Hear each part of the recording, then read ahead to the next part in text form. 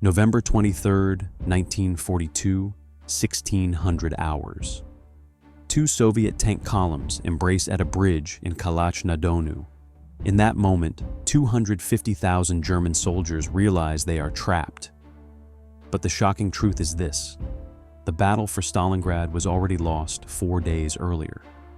Not in the rubble-strewn streets the world was watching, but in a deception so masterful that German high command never saw it coming. This is the story of Operation Uranus, a 4-day blitzkrieg that transformed apparent Nazi victory into catastrophic encirclement. The true turning point of Stalingrad was not the brutal street fighting that dominates our history books. It was a stunning Soviet deception operation that exploited German hubris and changed the course of the Second World War. For 23 minutes, we will examine how over 1 million Soviet soldiers assembled in absolute secrecy, how they shattered Axis defenses in just 4 days, and how the world's most feared military machine was blindsided by an enemy they had fatally underestimated. In mid-November 1942, victory seemed inevitable to German commanders surveying the ruins of Stalingrad from their headquarters. General Friedrich Paulus and his 6th Army controlled most of the city west of the Volga River. The brutal house-to-house fighting had reduced the Soviet 62nd Army to just 47,000 men, 800 artillery pieces, and 19 tanks. By November 11th, German forces had split Soviet defensive lines into 3 isolated sectors. The remaining defenders clung to several key areas, but to German eyes, they appeared to be on the verge of collapse. Every tactical indicator suggested imminent German victory. The Luftwaffe dominated the skies.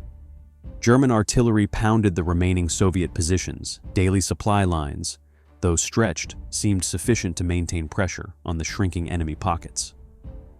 The mathematics of attrition appeared to favor the attackers. German intelligence officers calculated that the Red Army simply lacked the reserves to mount any significant counteroffensive. The Soviets were bleeding out in the ruins. It was only a matter of time. This confidence was not merely wishful thinking. It was built on a foundation of apparent tactical success. German forces had captured factory districts, railway stations, and residential blocks through months of grinding combat. They had pushed Soviet defenders back to the very edge of the Volga River. In some sectors, German machine gun positions stood less than 300 meters from the water. One more push, commanders believed, and the city would fall completely. But German high command made a catastrophic error.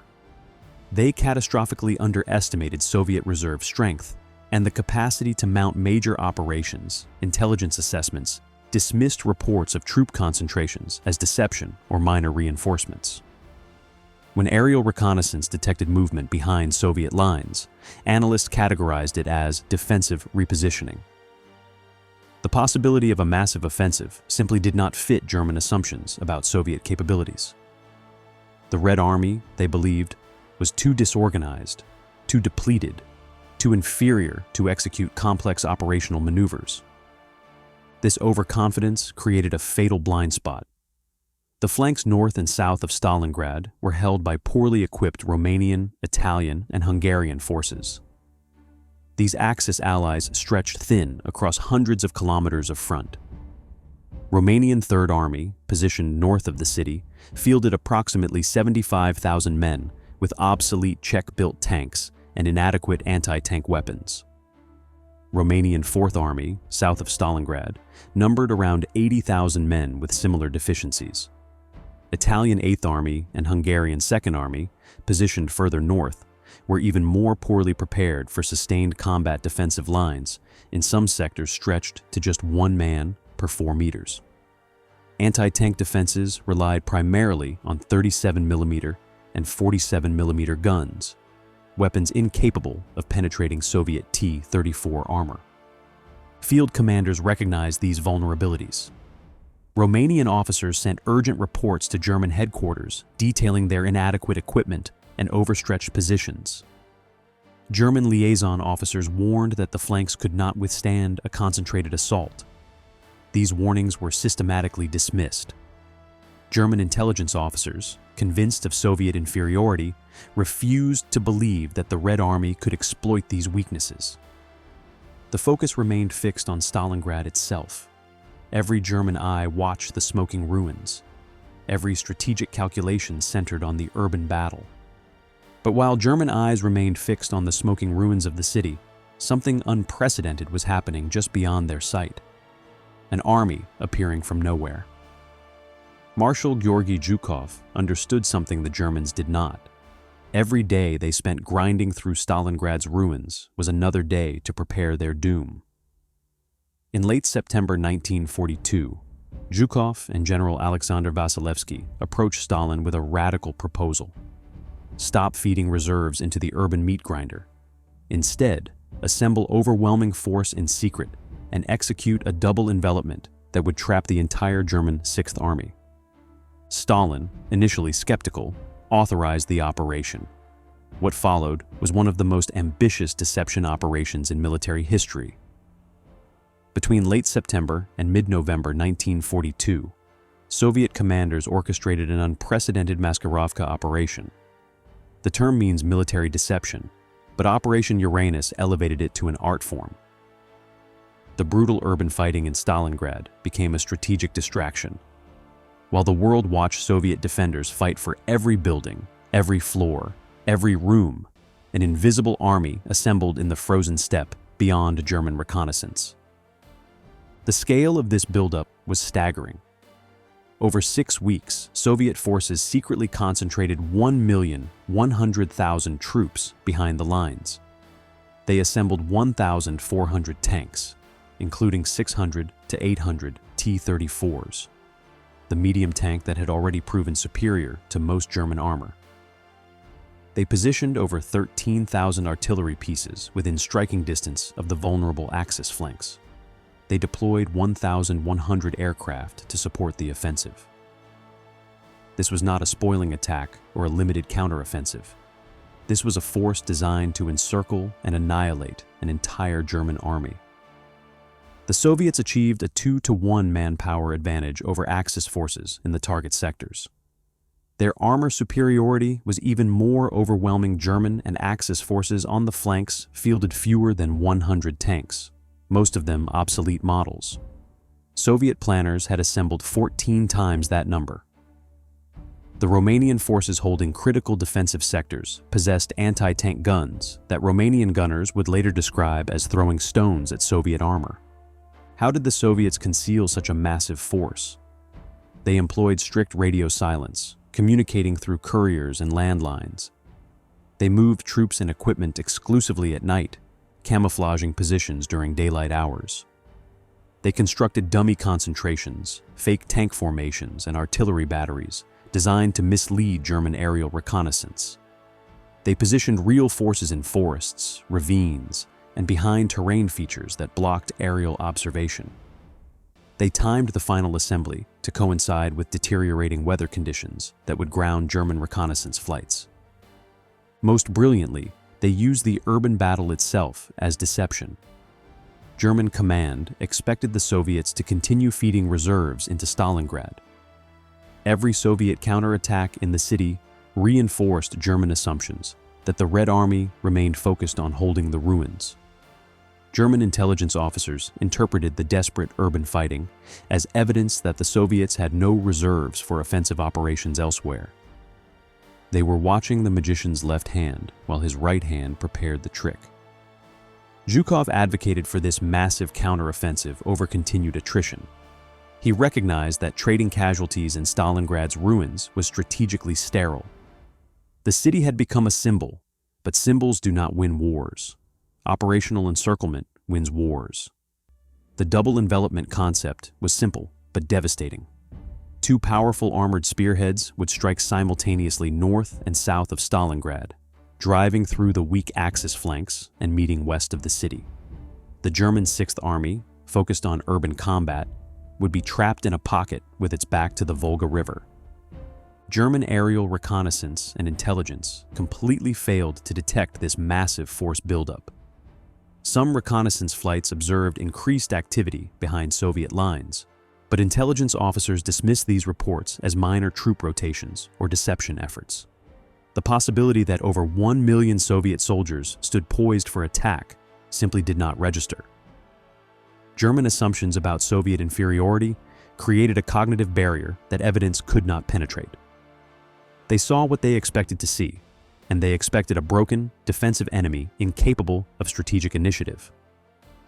By November 18, 1942, over 1 million Soviet soldiers stood poised in absolute secrecy. But how would they transform this hidden strength into operational reality? On the morning of November 19, 1942, a thick fog rolled across the frozen steppe, the final veil concealing Soviet intentions. Nature itself conspired with Soviet deception to create perfect conditions for surprise. Dense fog and snow squalls blanketed the front lines, severely hampering German aerial reconnaissance capabilities. Luftwaffe pilots, grounded by visibility near zero, could not detect the final Soviet preparations. The eyes of German intelligence went blind at the critical moment. Temperatures ranged from -10 to -20 degrees Celsius. Soldiers on both sides endured brutal cold, but the freezing conditions created an unexpected tactical advantage for Soviet armor. The steppe, muddy and impassable during autumn rains, had frozen solid.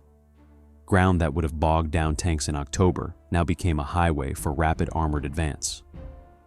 Previously impassable terrain transformed into avenues of approach that Soviet planners exploited ruthlessly. The weather conditions were not merely neutral factors. They became force multipliers for Soviet deception. The fog concealed the final movement of assault troops into attack positions. The snow muffled the sound of tank engines and artillery being positioned. The cold reduced German patrol activity, as sentries huddled in bunkers rather than manning forward observation posts. Every environmental factor aligned to maintain operational surprise until the moment of attack. Soviet meteorologists had provided forecasts indicating these conditions, and Soviet planners timed the offensive accordingly. German forces, lacking similar meteorological intelligence and convinced that major operations were impossible in such conditions, relaxed their vigilance. The harsh environment that German soldiers cursed became a weapon in the Soviet arsenal. Nature chose sides at Stalingrad, and it chose the Red Army. Romanian soldiers manning defensive positions north and south of the city huddled in frozen trenches, their inadequate winter clothing providing little protection against the bitter cold. Morale sagged. Equipment froze. Communication systems failed. Anti-tank guns, already inadequate against Soviet armor, became even less reliable in sub-zero temperatures. The Axis flanks, already vulnerable by design, became brittle in the cold. At dawn on November 19th, through the fog and snow, came a sound that would shatter German confidence forever. The thunder of 13,000 Soviet guns. The Romanian gunners fired desperately at the approaching T-34s, watching in horror as their shells simply bounced off the armor like thrown stones. At 7:30 on November 19th, 1942, the northern pincer of Operation Uranus exploded into action. Over 3,500 Soviet artillery pieces opened fire on Romanian Third Army positions north of Stalingrad. The barrage lasted 80 minutes. Romanian defensive positions, already thinly manned and poorly fortified, disintegrated under the bombardment. Communications collapsed. Command structures shattered. Survivors stumbled through smoke and snow, unable to organize coherent resistance. Soviet 5th Tank Army and 21st Army surged forward through the shattered Romanian lines. T-34 tanks, immune to Romanian anti-tank fire, rolled through defensive positions like steel avalanches. Romanian after-action reports captured the helplessness. Our shells bounced off as if we were throwing stones. Romanian gunners, brave but hopelessly outmatched, fired until Soviet tanks crushed their positions under steel treads.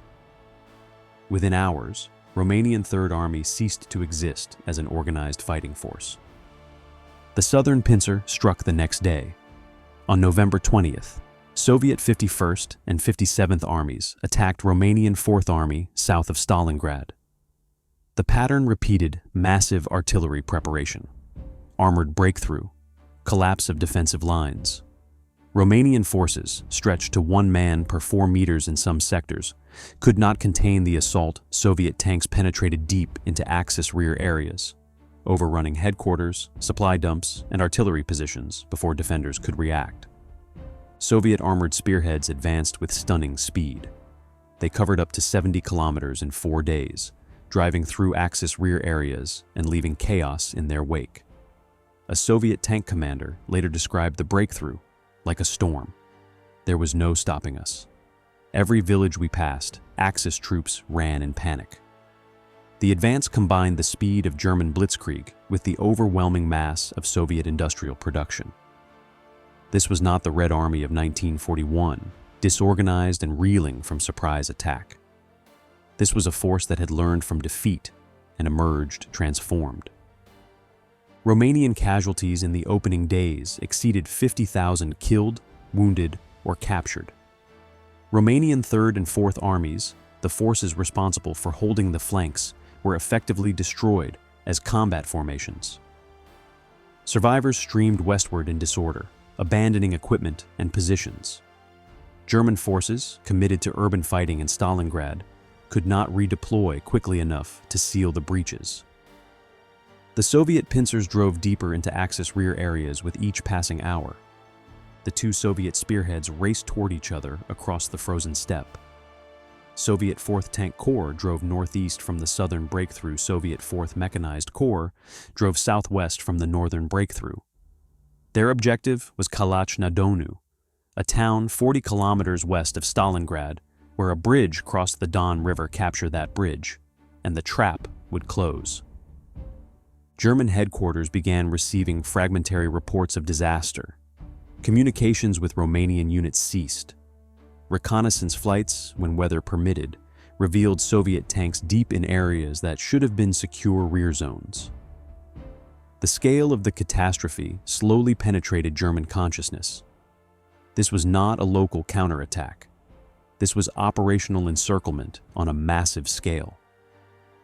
The double envelopment closed a trap 50 kilometers wide and 40 kilometers deep around the entire German 6th Army. Over 250,000 German soldiers, focused on capturing the final blocks of Stalingrad, suddenly faced a threat from behind. Soviet forces had not merely pushed back the flanks, they had driven through them, around them, and beyond them, the hunters had become the hunted. As Soviet pincers raced toward each other across the frozen steppe, one question consumed German headquarters. Could this really be happening? On a bridge over the Don River, 2 columns of Soviet tanks approached each other from opposite directions, the jaws of the trap about to snap shut. Soviet 4th Tank Corps, driving northeast from the southern breakthrough, reached the western outskirts of Kalach-na-Donu on November 22nd. Soviet 4th Mechanized Corps, driving southwest from the northern breakthrough, approached from the opposite direction. Between them stood the last gap in the encirclement. German forces at Kalach, a rear area garrison unprepared for frontline combat, attempted to defend the bridge. They were swept aside. Soviet tanks rolled through the town, securing the critical crossing point. At approximately 1600 hours on November the 23rd, 1942, the 2 Soviet columns met at the bridge. Tank commanders dismounted. They embraced. A Soviet officer later wrote, "We embraced on the bridge our pincers had closed, and the Germans were trapped." That embrace sealed the fate of 250,000 men. In that moment, the entire German 6th Army found itself encircled in a pocket with inadequate supplies, no plan for breakout, and a high command that refused to acknowledge the reality of the situation. The encirclement was completed in just 4 days from the initial attack. 4 days to transform apparent German victory into catastrophic defeat. 4 days to prove that Soviet operational art had evolved beyond German comprehension. The meeting at Kalach represented the culmination of months of planning and deception. Every night march that moved troops undetected. Every radio silence order that concealed Soviet intentions. every diversionary attack in Stalingrad that fixed German attention on the urban battle, every intelligence failure that allowed German command to remain blind to the assembling storm. All of it converged at that bridge, in that embrace, at that moment. The symbolism was not lost on Soviet commanders. The bridge at Kalach became a monument to operational success. Photographs of Soviet tankers meeting at the crossing point circulated through Red Army units, proof that German invincibility was a myth. The encirclement demonstrated that the Wehrmacht could be outmaneuvered, outsmarted, and trapped by an enemy they had dismissed as inferior. German forces inside the pocket initially did not grasp the magnitude of the disaster. Many units continued offensive operations within Stalingrad, unaware that their supply lines had been severed. Communications remained chaotic. Fragmentary reports of Soviet breakthroughs competed with orders to continue attacks on Soviet positions in the city. The cognitive dissonance between orders and reality created paralysis. Some commanders continued executing plans for final assaults on Soviet defenders, even as Soviet tanks closed the encirclement behind them. The pocket measured approximately 50 kilometers wide and 40 kilometers deep. It contained not only combat troops, but also supply units, administrative personnel, Luftwaffe ground crews, and various support formations. The total number trapped exceeded 250,000 men. They possessed limited ammunition stockpiles, inadequate winter clothing, and food supplies calculated for a mobile offensive, not static encirclement. The pocket had no defensible perimeter, no prepared fortifications, and no coherent defensive plan. 250,000 German soldiers now found themselves in a pocket 50 kilometers wide. But did they yet understand the magnitude of the disaster that had befallen them? General Schmidt, Paulus's chief of staff, sat in stunned silence before writing words that captured the unthinkable. Never in my life did I expect such a catastrophe. His diary entry from November 23, 1942, reflected the psychological shock that paralyzed German command. The transition from confidence to existential dread happened not gradually, but instantaneously. One moment, victory seemed imminent. The next moment, the entire army faced annihilation. General Friedrich Paulus recognized the catastrophe immediately. He understood that his army, designed for mobile offensive operations, was trapped in an indefensible pocket with inadequate supplies. He understood that Soviet forces now held the initiative. He understood that every hour of delay reduced the possibility of escape. On November 23rd, he requested permission from Hitler to attempt a breakout toward German lines to the west. The request was denied. Hitler's response was unequivocal. All positions must be held to the last man and the last bullet. No retreat, no breakout. The Sixth Army would stand fast and await relief. Reichsmarschall Hermann Göring, commander of the Luftwaffe, promised to supply the encircled army by air. He guaranteed delivery of 500 tons of supplies daily, the minimum required to sustain combat operations. This promise was militarily impossible, as Luftwaffe logistics officers immediately recognized, but it gave Hitler justification to forbid withdrawal. Military consensus among German commanders held that escape was possible between November 23rd and 25th if breakout was authorized immediately. The Soviet encirclement, though closed, remained thin in many sectors. Soviet forces, having advanced 70 kilometers in 4 days, were overstretched and vulnerable to concentrated counterattack.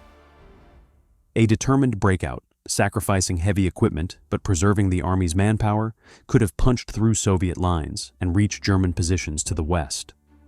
Several staff officers urged Paulus to disobey Hitler's orders and break out on his own authority. Paulus refused. A product of Prussian military tradition, he would not disobey direct orders from the supreme commander. His chief of staff, General Schmidt, reinforced this decision, arguing that unauthorized retreat would result in court-martial and disgrace, the window for escape, narrow to begin with, closed hour by hour, as Soviet forces reinforced the encirclement perimeter. By November 26th, breakout had become significantly more difficult. By December, it had become nearly impossible. Hitler's refusal to authorize breakout was not merely tactical error. It reflected ideological obstinacy that placed symbolic victory above military reality. Stalingrad bore Stalin's name. To retreat from Stalingrad was to admit defeat in a battle that had become personally identified with the Führer himself.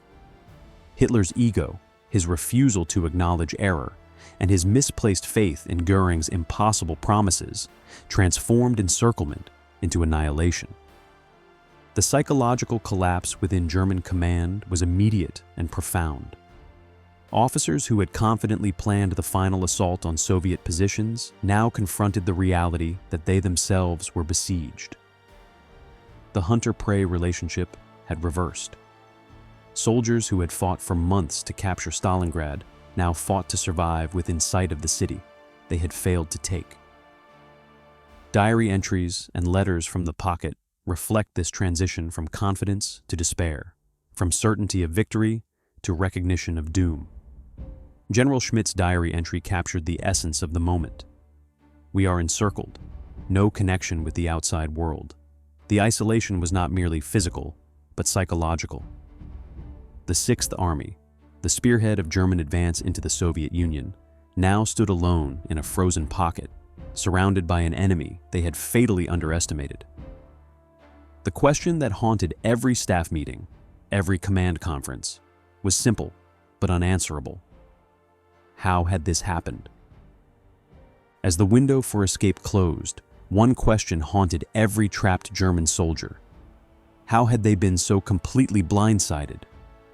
The greatest weapon in Operation Uranus was not the T-34 tank or Soviet numerical superiority.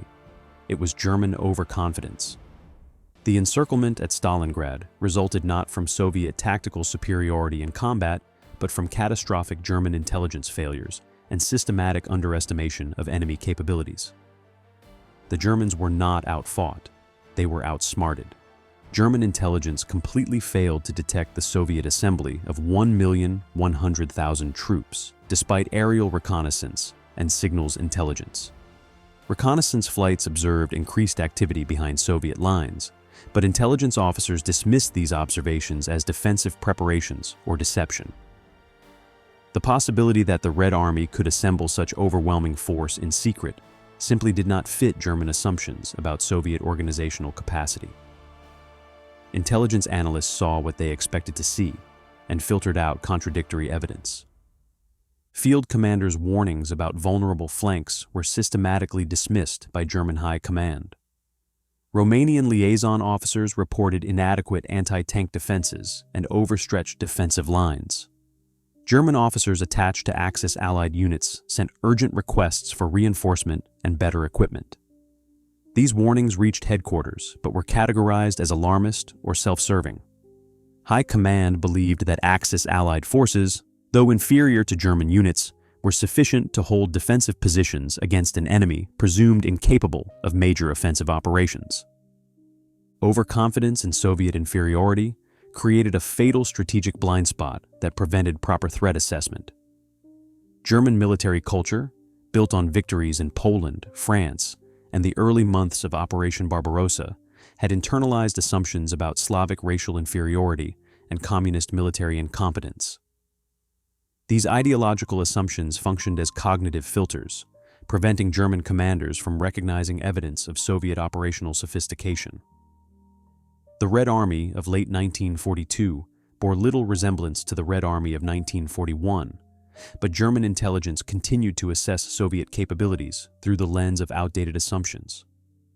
Misplaced trust in Luftwaffe air supply capabilities led to rejection of breakout when escape was still possible. Göring's promise to supply the encircled army by air was based on fantasy, not logistics. The Luftwaffe possessed neither sufficient transport aircraft nor adequate airfields to deliver 500 tons of supplies daily to the pocket. Weather conditions, Soviet anti-aircraft defenses, and the distance from German airfields to the encirclement made sustained air supply impossible. Luftwaffe logistics officers knew this, but Göring's political influence and Hitler's need for a justification to forbid retreat overrode military reality. Historians now recognize intelligence failure and overconfidence as decisive factors, not urban combat.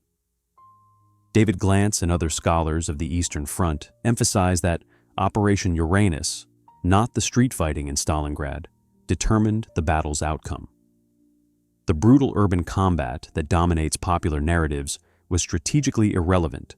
Once the encirclement closed, German forces inside the pocket could have controlled every building in Stalingrad, and it would not have changed their fate. The decisive action happened not in the ruins, but on the flanks, not in tactical combat, but in operational maneuver. The encirclement exposed fundamental flaws in German coalition warfare. Reliance on poorly equipped Axis allies to hold critical sectors created vulnerabilities that Soviet planners exploited ruthlessly. German command placed little trust in Romanian, Italian, and Hungarian forces, but assigned them defensive responsibilities without providing adequate equipment or support. This combination of contempt and dependency proved fatal. The weakest links in the German defensive chain broke first, and the entire structure collapsed. On January 24, 1943, as Soviet forces tightened the noose around the shrinking pocket, Paulus radioed a final assessment to high command. The front is broken. Further defense is pointless. Catastrophe is inevitable. This message, sent 2 months after the encirclement closed, acknowledged what had been true since November the 23rd. The battle was lost the moment the trap closed. Everything that followed was merely the slow-motion collapse of an army that had been strategically defeated in 4 days. History remembers Stalingrad for snipers in ruins and hand-to-hand combat in frozen factories. But this memory obscures the battle's true lesson. The decisive moment came not in the rubble-strewn streets, but in the frozen steppe beyond German sight. The turning point was not tactical, but operational, not attrition, but encirclement, not endurance, but deception.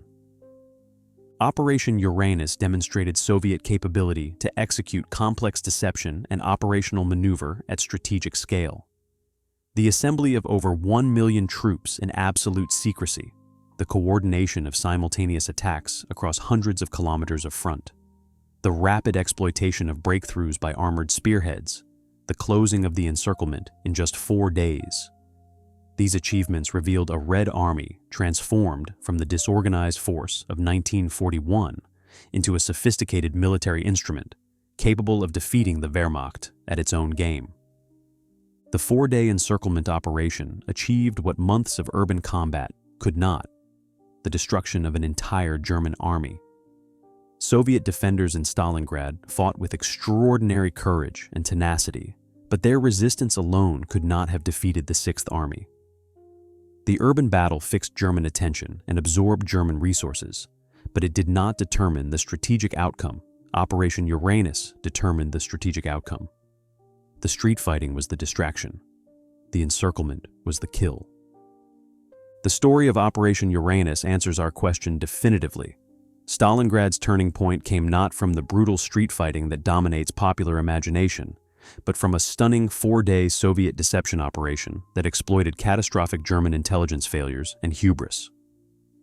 Between November 19th and 23rd, 1942, while the world watched the urban battle, Soviet forces executed a masterful double envelopment that encircled 250,000 German troops through operational brilliance that German command never anticipated. General Schmidt's diary entry captures the essential truth. Never in my life did I expect such a catastrophe. Germany lost Stalingrad not because they were outfought in the ruins, but because they were strategically blind to the invisible army assembling in the fog. The Wehrmacht, convinced of its own superiority and dismissive of Soviet capabilities, failed to detect the greatest threat until it materialized in overwhelming force intelligence failures, ideological assumptions, and systematic underestimation of the enemy created vulnerabilities that Soviet planners exploited with devastating effectiveness. The real lesson of Stalingrad is not about endurance or brutality, but about the fatal cost of underestimating your enemy and mistaking tactical focus for strategic vision. In 4 days, the Soviets transformed apparent German victory into encirclement, proving that the true art of war lies not in the fighting everyone sees, but in the preparation no one notices until it is far too late. If you enjoyed this story, hit subscribe for more World War II historical deep dives every week. Thanks for watching.